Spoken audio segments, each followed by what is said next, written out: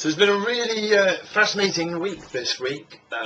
In particular, the news shock horror that Ning have decided to get rid of all of their free networks.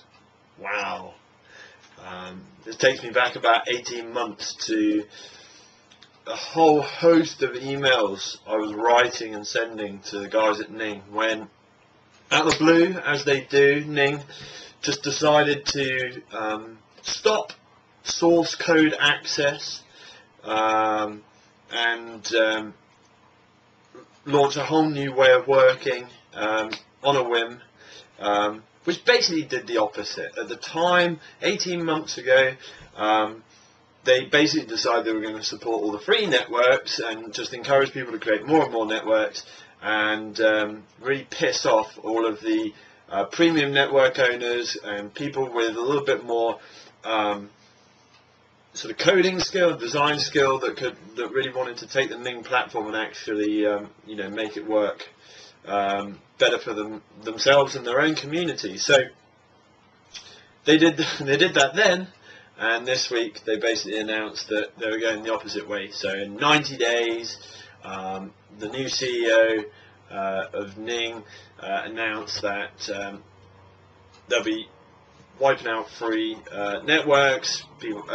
Network creators who have free networks will have to upgrade to some kind of premium level service, whatever that is. And at the moment, Ning have a few different options, so it's difficult to tell what the actual requirement will be. But yeah, fascinating. I've come across quite a few discussions since then that, of people with these free networks going through the same process that we were forced to go through about 18 months ago, deciding where they go from here. Is Ning no longer viable for them? Well, if they want a free network and now they've got to pay for it, well, the answer is no, it's not. So where are they going to go from here? So it's really sort of brought up quite a few interesting things. Firstly, just taking us back to when we went through this process with Fidget Stick. And like I said, we had a premium Ning network, but we also used Ning source code to then create features for our site that were bespoke to us. That was where we invested our time. That was really important to us, and it was important in our initial decision to actually choose to go with Ning in the first place. So we're doing that, we made some cool things, and then, like I said, out of the blue, they just cut it off. And like I said, I was hammering to Ning. Actually, I eventually convinced them to actually let us retain source code access so that we could still have some of the legacy features that we'd built for our site. But ultimately, it was a death warrant for our Ning site, because whilst we kept that source code access, we also suffered from huge bit rot as our platform wasn't getting the updates from Ning that other networks were getting. So we were basically just cut off. We had a Ning platform, we spent the time, but they basically said, well, if you're going to do that, we can't upgrade you, we can't support you, etc. So, we had to find a new solution. We went through this process of looking at all the different white label social networking platforms out there.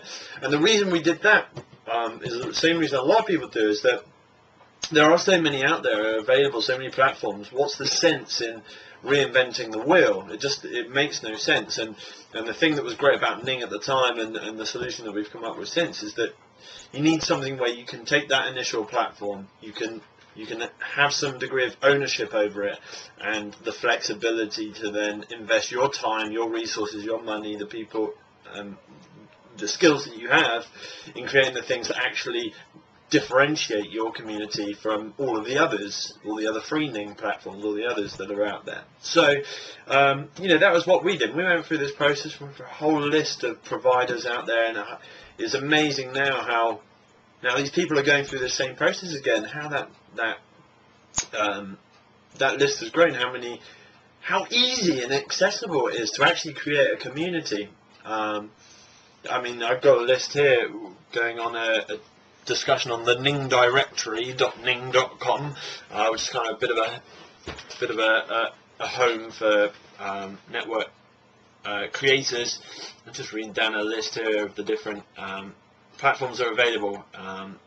Let's start here, whackwall.com, socialgo.com, spruz.com, groups, grou.ps, yuku, yuku.com, grouply.com, mixed, mixxt.com, crowdwine.com, socialparody.com, ginity.com, zitty.com, anymore, bravenet.com, proboards.com, boonex.com, freeforum.com, oracle.com, siteground.com, uku4motion.com, canoodle, ectron, friends, mix, friends, site, frapper, imbi, social blog, orcut. And then you've obviously got all the CMS based social stuff as well, stuff on Drupal, stuff on Joomla, and it was Joomla that in the end we ended up going down the road of with Jom Social. Again, within Joomla you've got Community, Jom Social, Community Builder, and a few other sort of socially orientated components. And we chose Jom Social because it is the most stable and the most advanced of all of those that are available at the moment. And there are new ones in development for Joomla, for the Joomla platform as we speak at the moment. We're looking at those, constantly reviewing that process of deciding which is the best social technology basically to use. But we decided, because our community at Fidget Stick is also very data driven, directory driven, that we also wanted a really strong CMS, content management system, where we could manage all of these different content elements, blogs and directories and things like that, that the social element is the glue that kind of binds all that stuff together. It makes that information a lot more interesting when it's socially orientated, when you can rate stuff, review stuff, when you can share stuff, when you can upload your own content, and that was what we found with Joomla and Jom Social as our solution. I'm not saying it'll work for everyone. Joomla's free. Jom Social, you pay like £100 or $149, something like that. You pay it once. You've got that license for that site. You know, so there's none of this subscription, and you have the code. You can do with it what you want. So we've created all sorts of different applications specific for Joomla, Jom Social, and our platform that you wouldn't get anywhere else. Yeah, that's what differentiates us from anyone else that can set up a free Joomla, Jom Social community, and that's working out really well for us as a platform. It's basically enabling us to grow our own platform off the back of this better starting point, rather than, like I said, reinventing the wheel. So yeah, it's been really interesting to see the reaction. You know, when it comes to Ning, I'm just glad we're out of there, to be honest. They would have driven me bonkers if I was still beholden to Ning for managing a community that I have serious ambition for. It's different if you just punch something up there, and especially if you're one of those people that thinks that actually creating the community site is all the work, because man, you're living in a dream world. You know, anyone that actually has run a proper community realizes that the hard work is only just beginning once the site's there. It's managing it, it's keeping it up to date, it's finding that point that differentiates you from all the other community sites that are out there. And they are out there, and they're becoming more prevalent now. I've just rattled off a whole list of different ways that people can create community sites really easily, but not one of those things actually dictates that you're going to have a successful community, and that's a very different point of view. So be interested to see how this pans out. I mean, Ning have axed loads of staff. I mean, some would say why they had ask some questions why they had so many in the first place, but yeah, I'm just glad I'm out of it and can stand outside and watch this stuff unfold. I feel very sorry for a lot of the network creators who are beholden to Ning still, who have Ning.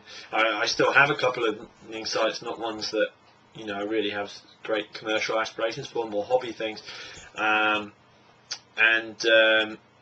Yeah, obviously, if anyone's having any problems moving from Ning and finding a suitable alternative solution, then you're definitely welcome to get in touch with me. www.R3trosteve, R3trosteve.com. Check out Fidget Stick, which is our transition from Ning into something that we hope is much more scalable, much more interesting from our point of view. Give you an example of something that's achievable, and yeah, good luck.